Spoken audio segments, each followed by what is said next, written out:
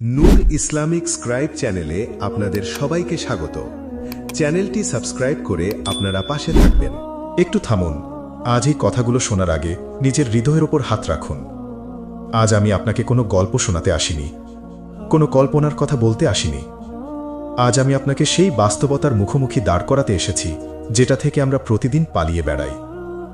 আজ আমি আপনাকে সেই প্রশ্নটা করতে চাই যেটা কবরের ভেতর একা হলে আপনার সামনে দাঁড়াবে। আমি কি তাদের একজন হতে পারবো যারা প্রশ্ন ছাড়াই জান্নাতে যাবে? আসসালামু আলাইকুম ওয়া রাহমাতুল্লাহি ওয়া বারাকাতুহু। হে আল্লাহ, আমাদের অন্তর খুলে দিন যাতে আমরা সত্যটা বুঝতে পারি। ভাই ও বোনেরা, কিয়ামতের দিন মানে শুধু ভয় আর হিসাবের দিন নয়। কিয়ামতের দিন মানে আল্লাহর রহমতের সবচেয়ে বড় প্রকাশের দিন। সেদিন মানুষ দলে দলে দাঁড়াবে। কেউ ঘামে ডুবে যাবে, কেউ নিজের আমলের ভারে নুয়ে পড়বে। অথচ ঠিক সেই ভিড়ের মাঝখান দিয়েই কিছু মানুষ এমনভাবে পার হয়ে যাবে যেন তাদের জন্যই ভয় নামের জিনিসটাই ছিল না।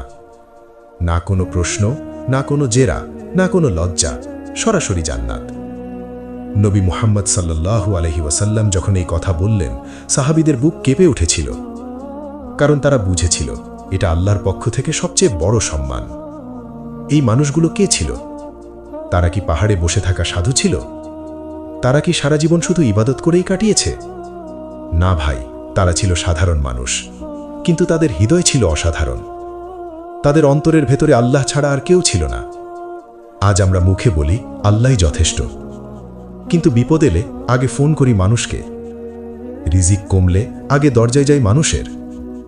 অথচ এই মানুষগুলো বিপদে বলতো আমার রব আছেন। তারা একা হলেও ভেঙে পড়ত না, কারণ তারা জানত তারা আসলে একা নয়। তাদের জীবনের সবচেয়ে বড় বৈশিষ্ট্য ছিল তাওহীদ, খাঁটি তাওহীদ। তারা আল্লাহর সাথে কাউকে শরিক করত না, এমনকি অন্তরের গভীরেও না। তারা মানুষের প্রশংসাকে ইবাদতের উদ্দেশ্য বানাত না। তারা এমন আমল করত যেটা কেউ দেখত না। আজ আমরা যা করি তার বেশিরভাগই মানুষ দেখবে বলে, আর যা মানুষ দেখবে না সেটা করতে আমাদের কষ্ট হয়।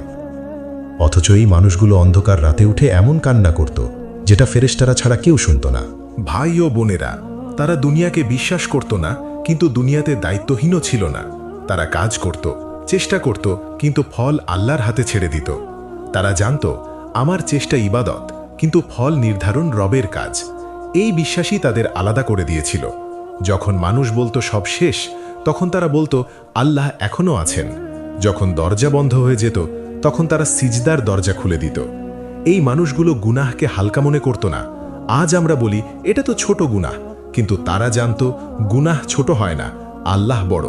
তাই চোখের গুনাহ থেকে তারা চোখ নামাত, জিহ্বার গুনাহ থেকে তারা চুপ থাকত, অন্তরের গুনাহ থেকে তারা আল্লাহর কাছে পালিয়ে যেত। তারা নিজেদের নফসকে বিশ্বাস করত না, কারণ তারা জানত নফস যদি সুযোগ পায় তাহলে ধ্বংস করে ছাড়বে। ভাই ও বোনেরা, আজ আমাদের সবচেয়ে বড় সমস্যা হলো আমরা আল্লাহকে জানি, কিন্তু আল্লাহর উপর ভরসা করতে শিখিনি। আমরা নামাজ পড়ি, কিন্তু ভয় পাই মানুষকে। আমরা দোয়া করি, কিন্তু আশা রাখি মানুষের উপর। আর যাদের কোনো হিসাব হবে না, তারা এই জায়গাতেই আলাদা। তাদের ভরসা ছিল শতভাগ আল্লাহর উপর, তাই আল্লাহও তাদেরকে সবার সামনে আলাদা সম্মান দেবেন। আজ যদি আল্লাহ আমাদের জিজ্ঞেস করেন তুমি কাকে বেশি ভালোবাসো, তাহলে আমাদের উত্তর কি হবে? আমাদের মোবাইল, আমাদের সম্মান, আমাদের মানুষ, না আল্লাহ? এই মানুষগুলো এই প্রশ্নের উত্তর দিয়েছিল কাজ দিয়ে, তাই কিয়ামতের দিন তাদের আর মুখে উত্তর দিতে হবে না। হে আল্লাহ, আমরা দুর্বল, আমরা ভুল করি, কিন্তু আমাদের ইচ্ছা আছে, আমরা সেই দলে থাকতে চাই। আমাদের অন্তরকে ঠিক করে দিন, আমাদের ভরসাকে ঠিক করে দিন, আমাদের শেষ পরিণতিকে জান্নাত বানিয়ে দিন। আমিন।